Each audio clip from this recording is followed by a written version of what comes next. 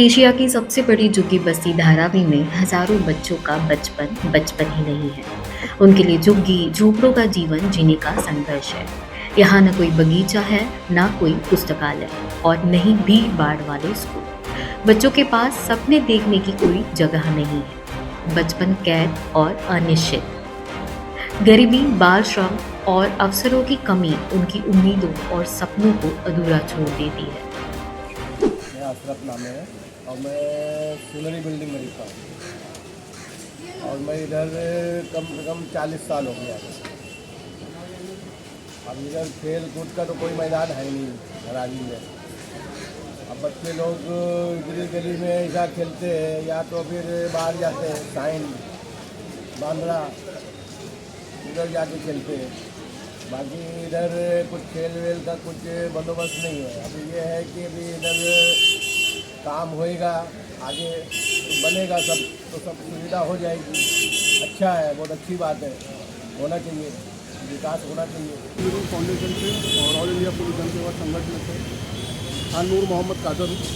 हमारे यहाँ पे धारावी में जैसे कि आपको पता होगा कि बच्चों के लिए गार्डन्स वगैरह की सुविधा नहीं है और स्कूल्स भी है तो स्कूल के अंदर इतना कंजस्टेड है कि जैसे बच्चे अगर ज़्यादा हो जाते हैं तो अभी से भी प्ले ग्राउंड्स कहीं पे अवेलेबल नहीं है।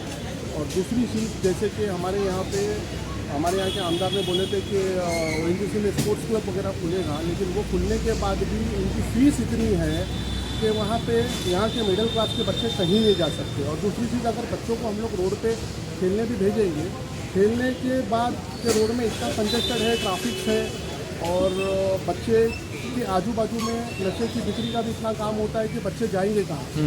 ठीक है। और तीसरी चीज़ ये है कि जैसे कि हमारे यहाँ के छोटे छोटे बच्चे हैं वो अपने घर के अंदर ही गलियों में ही खेल लेते हैं, अपने चीज़ों को पूरा कर लेते हैं। तो मेरे हिसाब से ये सब चीज़ की सुविधा होनी चाहिए।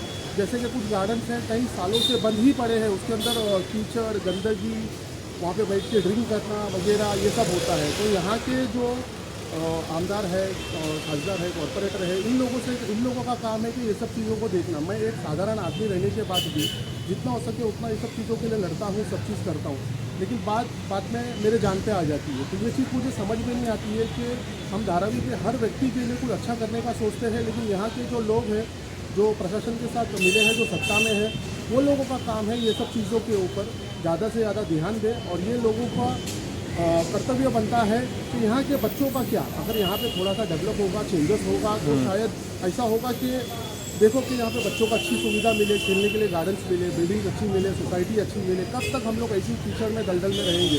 कीचड़ दलदल में रहना कोई गलत बात नहीं है। मैं भी इसी एरिया से पला पड़ा हूँ, मैं भी इसी के कीचड़ से निकला हूँ। लेकिन वो कहावत है ना, कीचड़ से कमल खिलते हैं। तो वैसे यहाँ पे कीचड़ में कमल तो खिलते हैं, लेकिन कैसा है, खिलने के बाद जैसे कि मेरी भी बात लो, यहाँ से या तो फिर धारावी के बहुत से ऐसे भी बच्चे हैं जो यहाँ से निकल चुके हैं, लेकिन वो जब आगे जाने के बाद वो धारावी छोड़ देते हैं। छोड़ने का रीज़न क्या है कि धारावी में डेवलपमेंट नहीं है। नहीं तो कोई धारावी क्यों छोड़ेगा? कोई अपना होम ग्राउंड कभी छोड़ना नहीं चाहता है, सब अपने होम ग्राउंड में ही रहना चाहते हैं। लेकिन कैसा, जब उनको वो सुविधा नहीं मिलेगी, वहाँ की लोकेलिटी नहीं मिलेगी, जब वो अच्छा कुछ हो जाए तो वो लोगों को वहाँ से छोड़ना ही पड़ता है। उसके अलावा कोई रास्ता बचता नहीं है। जैसे कि हमारे यहाँ के छोटे छोटे बच्चों को आप देखेंगे कि गटर के नाले के पास ही खेलते हैं, जिसके अंदर कितने जम्स, कितने कीटाणु है वो उनको ही मालूम, वहीं बैठ के कुछ फूड खा लेते हैं, तो उससे उनको फूड पॉइजन वगैरह हो जाता है।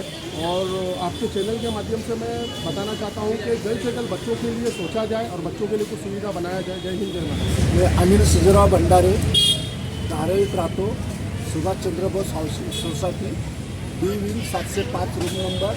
आणि हा माझा परंपरा, माझ्या वडिलांपासून हा चर्मकार हा व्यवसाय आहे। मी 1975 सालापासून इथं व्यवसाय आम्ही करतो आहे, वडील और मी, म्हणजे आमच्या वडिलोपार्जीची हे चालू आहे आमचा परंपरा।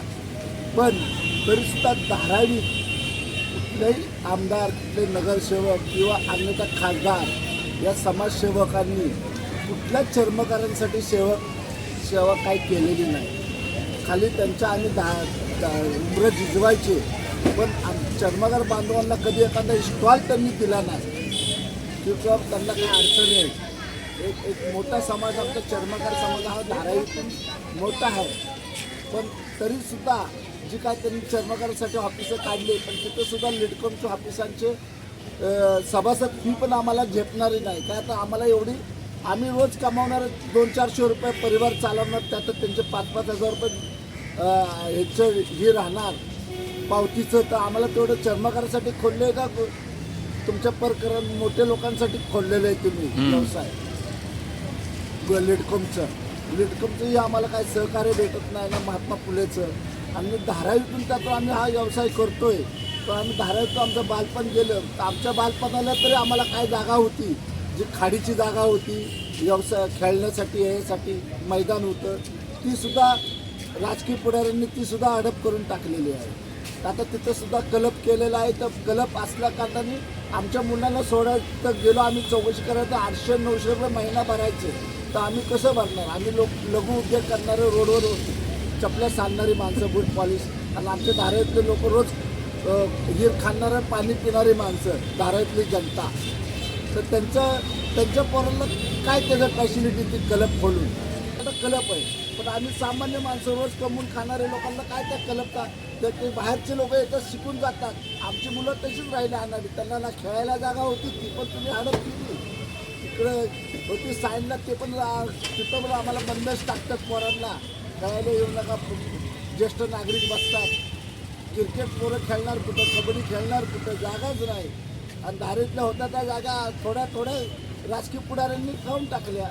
पुढं आमचे म्हणजे आता तुम्ही जे करणार आहेत धारे पुनर्वसन, त्याच्यामध्ये मुलांना एक्स्ट्रा मैदान देणं गरजेचं आहे, स्विमिंग पूल देणं गरजेचं आहे, की जेणेकरून ते मुलं बाहेर जाऊन शिकायला नाही, पण धारे इथंच शिकले पाहिजे. का तर त्यांचा वाहतूक खर्च वाचू शकतो, त्यांचं वेळ वाचत आणि ते त्या मार्गाला जास्ती जातात. मेरा नाम सरवन शर्मा है। मैं राजीव गांधी नगर ग्रामीण डिपो के पास मुस्तफा चाल में रहता हूँ। अभी ये सुविधा के लिए जिससे बच्चे लोग को पढ़ने की सुविधा अभी आ रही है। अभी बच्चे लोग को अभी प्रोजेक्ट चालू है, अभी अडाने की था प्रोजेक्ट के लिए, उसमें बाधा आने के बाद बोलते हमारे पास सब सुविधा है। हमारे पास बच्चे लोग को पढ़ने के लिए क्या सुविधा है? हमारे पास बच्चे को पढ़ने के लिए कोई सुविधा नहीं है। दूसरी बात क्या होता है, हम लोग अपने बच्चे को बाहर पढ़ने के लिए भेजते हैं। बाहर पढ़ने के लिए भेजते हैं तो हम लोग पेरेंट्स लोग जो है सब टेंशन में पड़े रहते हैं। बच्चे हमारे कब लौट के आएंगे, कहीं गलत साधन में गए, कहीं घूमने गए क्या, ये सब टेंशन होता है। बच्चे लोग अगर घर पे भी आते हैं तो कितना देर बच्चे को बंद खेलने के लिए जगह भी नहीं है घराते में। एक ये बच्चे चलो 2 घंटे जा करके खेल के आ रहे हैं, हमारे घराते की जगह है तो वो भी जगह नहीं है। अभी खेलने के लिए भी बच्चे लोग झूठ बोल करके बाहर ही जाते हैं, तो भी हम लोग को टेंशन में पड़े हैं। ये पहले बना था, क्लब बना था इधर के अपने राजीव गांधी नगर बच्चे लोग के लिए छूट रहेगी। 50% में बोलेंगे तो 2% अपना राजीव गांधी नगर के बच्चे लोग को लगेगा खेलने के लिए, अधिक से जो स्विमिंग पूल है सब मिलेगा। हमारे अभी राजीव गांधी स्पोर्ट क्लब तो बना है, लेकिन हमारे इधर राजीव गांधी नगर के एक भी बच्चे इसके अंदर नहीं जाते। तो हम लोग को सुविधा, हम लोग को जो पहले खेलने का था वो भी छीन लिया गया।